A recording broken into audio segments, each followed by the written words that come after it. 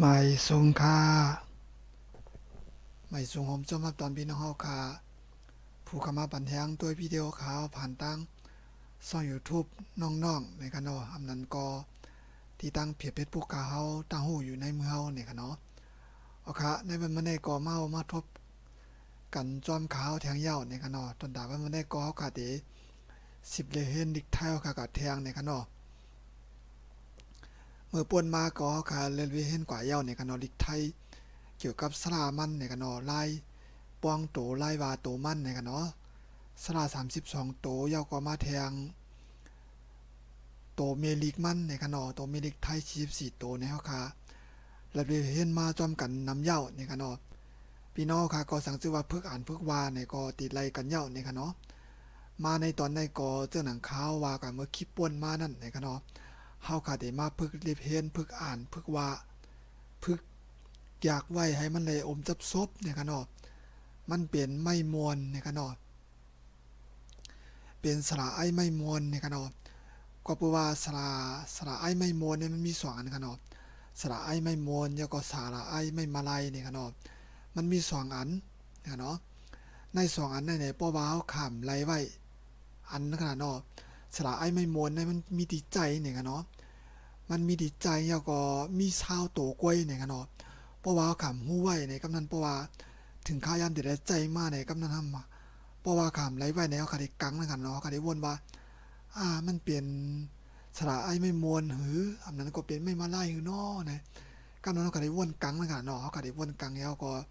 เขาก็ได้เตรียมพิษเตรียมมันนะครับเนาะก็เปิดเรื่องนั้นได้ในภูมิตั้งหูปิญญาเขาตีพี่น้องไทยเขานะครับเนาะคนมีตั้งหูเฮ็ดไว้ดิกไทยนะครับเนาะเฮ็ดไว้ดิกไทยในดังคือมันตีง่ายตากวนเฮียนมันนั่นนะครับเนาะ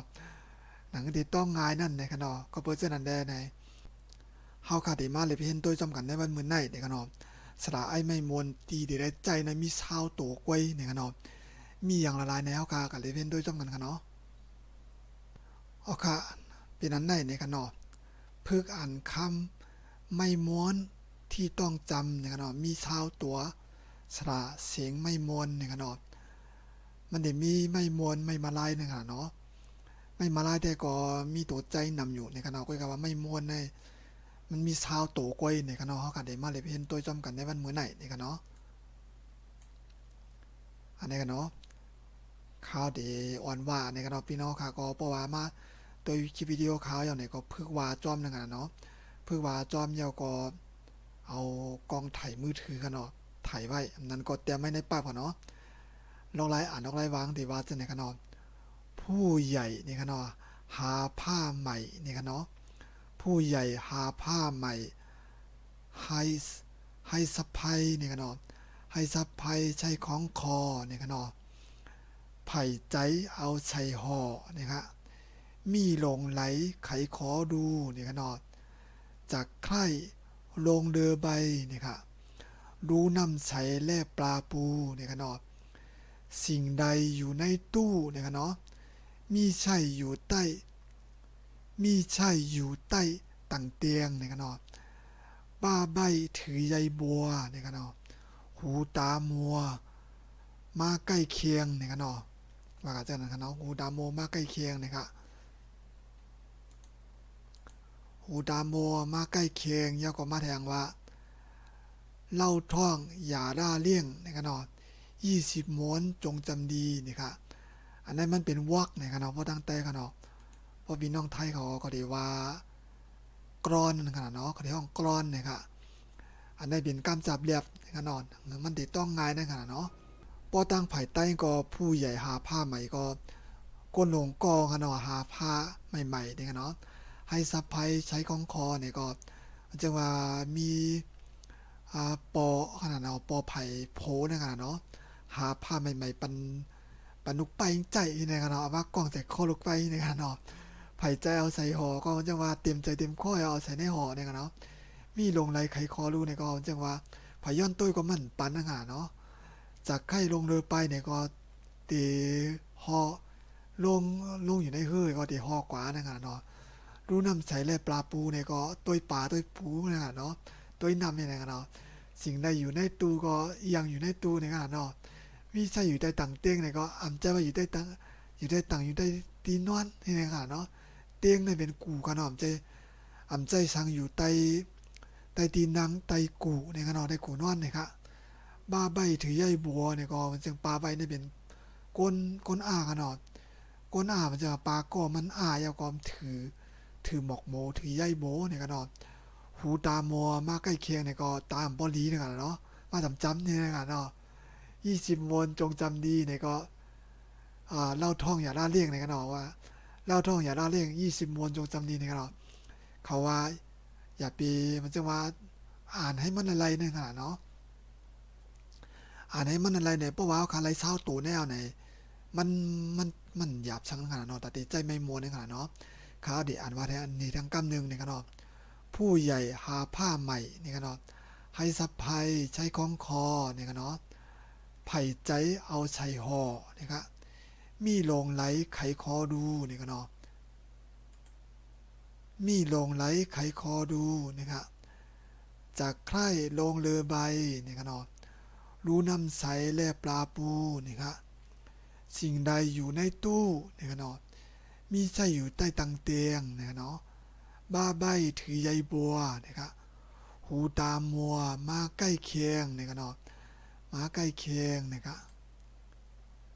แล้วก็กว่าแทงในขนาดเนาะเล่าท่องอย่าด่าเลี่ยงนะครับเนาะ20 มวนจงจำดีนะครับอันนี้พี่น้องค่ะแต่ได้ฝึกอ่านฝึกยากไว้ให้ได้อมซบเนี่ยกันเนาะผู้ใหญ่หาป้าใหม่ให้สบายใจก้องคอเนี่ยกันเนาะไผ่ใจไผ่ใจไผ่ใจเนี่ยกันเนาะไผ่ใจเอาใจห่อมีลงไหลใครคอรู้เนี่ยกันเนาะจากใกล้ลงเรือไปเนี่ยครับข้าวก่อนว่าไรลีกันนะหนังเก่าเนี่ยกันเนาะจากใกล้ลงเรือไป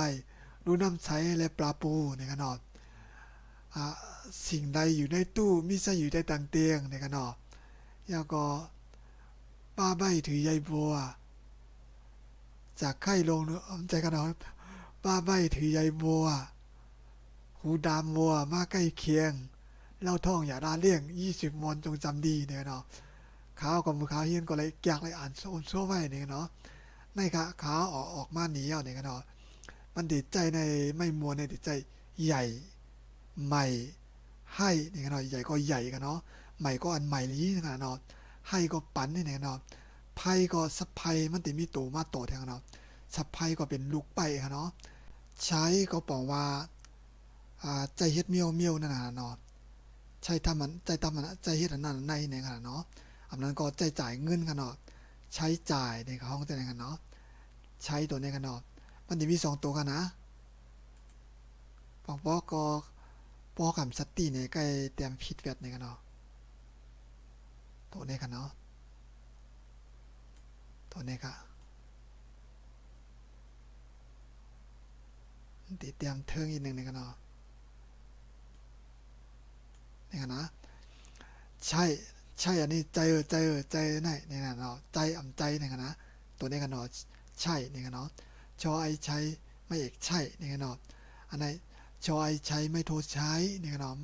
ใช้ในบอกว่าใจเฮ็ดอันนั้นในในกันเนาะยากรนั้นก็บอกว่าใช้จ่ายเงินตวงใจจ่ายเงินตวงกันเนาะใจจ่ายเงินนะครับเนาะติดใจไหนในกันเนาะอันนี้ใช่อันนี้ใจเจิมใจในกันเนาะเป็นใจนะครับพี่น้องครับก็สตีหนึ่งในกันเนาะแล้วก็ไผ่ในกันเนาะไผ่นะครับไผ่ในกันเนาะใจนะครับใจใส่ไหลไขใคร่ในกันเนาะใบใสในกันเนาะแล้วก็ใดในใช่ใต้ในกันเนาะใบในกันเนาะใยแล้วก็ใกล้ในกันเนาะมีซาวตัวในกล้วยในกันเนาะตีตัวไรใจไม่มวนในกันเนาะอันเดอร์เจอร์นั้นก็เป็นไม่มาลายมนวดขนาดเป็นตัวนี้ขนาดเป็นตัวนี้ครับไม่มาลายในกันเนาะมันบ่เหมือนดีกันมันเอาเมาเตียมมากันเนาะไม่มาลายเดอร์เจอร์นั้นก็เป็นไม่มาลายมนวดในกันเนาะพี่น้องข้าก็เลยต้องไว้กันเนาะอันนี้ในกันเนาะลงลายใจไม่มวนในกันเนาะไม่มวนซาวเสียงในกันเนาะอันในพี่น้องข้าก็อ่านไว้จากไว้แล้วก็ไล่จังว่าอ่านให้ไล่อมซับซ้อมไว้ในขณะเนาะแล้วก็โดยต้องไว้ในขณะเนาะว่าเป็น มันมีอย่างพองนะคะเนาะที่เราได้ใจกันเนาะไม่มวนนี่ค่ะอันนี้ก็เป็นโรคไร้ใจไม่มวนนี่ค่ะเนาะเฮาคาเลยมาเลยเป็นด้วยจำกันในวันเมื่อไหนนี่ค่ะเนาะยินจมพี่น้องคากุกุโกตีนี่ค่ะเนาะที่เข้ามาปั่นแห้งโดยวิดีโอข่าวผ่านทางช่อง YouTube และทาง Facebook นี่ค่ะเนาะไว้ใจอยากจะยาวก็มาติดตามตัวจอมข่าวนี่ค่ะเนาะมาเลยเป็นดิกไทยกับจอมกันนี่ค่ะเนาะสังเกตว่าพี่น้องคาเลยเป็นกว่าเย้าในป้อพี่น้องคำป่องใจทีไรก็ถามมาอะไรอยู่นี่ค่ะเนาะจังว่าตัวนี้มันว่าภายใต้ว่าจังยาก็เปิ้นใจจังพอเตรียมจังจักอะจังได๋เนาะพี่น้องค่ะก็ถามมาอะไรอยู่นี่ค่ะเนาะข่าวก็ได้มาตอบปันพี่น้องค่ะนี่ค่ะเนาะสังเกตว่าพี่น้องค่ะเข้ามาด้วยใหม่ๆป้อไปเลยติดตามปันแห้งข่าวเนี่ยก็ป้อด้วยผ่าน YouTube เนี่ยก็ฝากติดตามช่องข่าวอีกนึงนี่ค่ะเนาะยาก็ติ๊กป้ายหิงค่ะนะป้อพี่น้องค่ะติ๊กป้ายหิงก็ที่กับบ่ที่พี่น้องกันนะคะเนาะจังว่าข่าวเฮ็ดคลิปวิดีโอลงเอาเนี่ยก็กำลังก็เพราะว่าข่าวลงใน YouTube เนี่ยก็อ่า พอพี่น้องกาติ๊กหิงไว้มันจะกามันดีกับบ่อที่พี่น้องคาคำเดียวกับโลพี่น้องคำอะไรว่ามันเตียวลงเมื่อไหร่เฮ้ยอยากชิงจะขาดได้พี่น้องคาเต็มได้กังกันเนาะเต็มได้ชุกซักสังกันเนาะเพราะว่าพี่น้องคามาเปิดตัวเพราะว่าข้าวลงเอาไหนก็พี่น้องคาที่หันกันเนาะก็มีจีว่าน้องๆเนี่ยกันเนาะพี่น้องคาก็เต็มเขากับที่ยูทูบกันเนาะเต็มเขากับที่ยูทูบเนี่ยก็ตีออกมาปันเนี่ยกันเนาะตีออกมาปันพี่น้องคาเนี่ยกันเนาะพอพี่น้องคาตัวในกล่องได้ก็ในคลิปวิดีโอก็ก่อนติดปินผลไปหาเนาะอันนี้ในกันเนาะเป็นนาทางช่อง YouTube เขาเนี่ยกันเนาะเขาฮิตช่อง YouTube เนี่ยกันเนาะแล้วก็เอาคลิปวิดีโอลงมาลัดเด็ดพี่น้องคาให้พ่อเปลี่ยนเต้าดังหันกว่านะฮะเนาะจะได้ไปหู้หนักโมหนักก่อนใจก่อนในกันเนาะเขาก็ตึกรีเพียนอยู่ในกันเนาะลองภาษาไทยลิกไทยก้อนไทยอย่างที่จักรเจ้าเนาะก็บัวมันดึกมันพวกกันลึกๆเนี่ยมันก่อนเป็นแถวเมียวเนี่ยเนาะ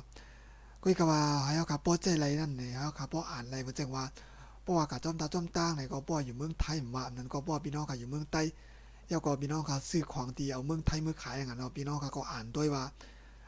ว่าใจจังเนี่ยเนาะพี่น้องก็ติดป่องใจเนี่ยเนาะสังเกตว่าพี่น้องค่ะป้อว่าเขาเลยเรียนอีกไทยกับยาวเนี่ยป้อมีกายามเนี่ยก็ป้อว่าพี่น้องค่ะใครเขาสอนมันไล่รัดก้อนไทยในก้อนไล่ข้างนอกเขาก็ได้สอนปันเฮ็ดวิดีโอลงให้ก็มันจังว่ากินข้าวเย้าห้าตีกว่าไล่จากกันได้ในงานเนาะเขาก็ติดมาลัดนี่พี่น้องค่ะกันเนาะจะไปไหนรับประทานอาหารหรือยังเห็นได้ในงานเนาะเขาก็มาในเพียนกับต้อมกันที่ช่อง YouTube เขาในกันเนาะสังเกตว่าพี่น้องค่ะมาตัวเยาวเนี่ยก็เพราะว่าไปได้แช่เนี่ยก็เพราะมีคนรู้จักเขาใครฮู้ใครหมอเนี่ยก็แช่กับปันเขาตัวในกันเนาะนั้นก็ร้านนี้แต่ก็ได้แชร์ช่อง YouTube อันได้มันสอนดิกไทยเพราะว่าใครหมอก็มารีเลียนตัวก็อะไรอยู่นะรีเลียนตัวเลยจากอาจจะในงานเนาะก็ร้านนี้เขาในกันเนาะเพราะว่าให้เขามาเย็นเนาะก็เป็นตั้งหูดังหันกว่ากันเนาะเฮาก็จอยแถมกันในงานเนาะเฮาก็เป็นพี่น้องใต้กันเนี่ยก็นั่นคือแต่เป็นตั้งหูดังหมอกว่าในงานเนาะเอาค่ะพวกเราทำเยอะในกันเนาะก็คลิปวิดีโอยาวกันเนาะมื้อนี้ก็คำว่าได้เห็นลอกไลอ่านไม่มวนชาวโตเนี่ยกันเนาะพี่น้องก็เลยเพิ่นแล้วก็ให้จู้หมอกกับต้มกันนะฮะเนาะเฮาก็ติคือรายการเนาะค่ะไว้ที่ในก่อนค่ะเนาะเฮาก็จังได๋มาทุบจังหวัดแทงค่ะไม่สูงค่ะ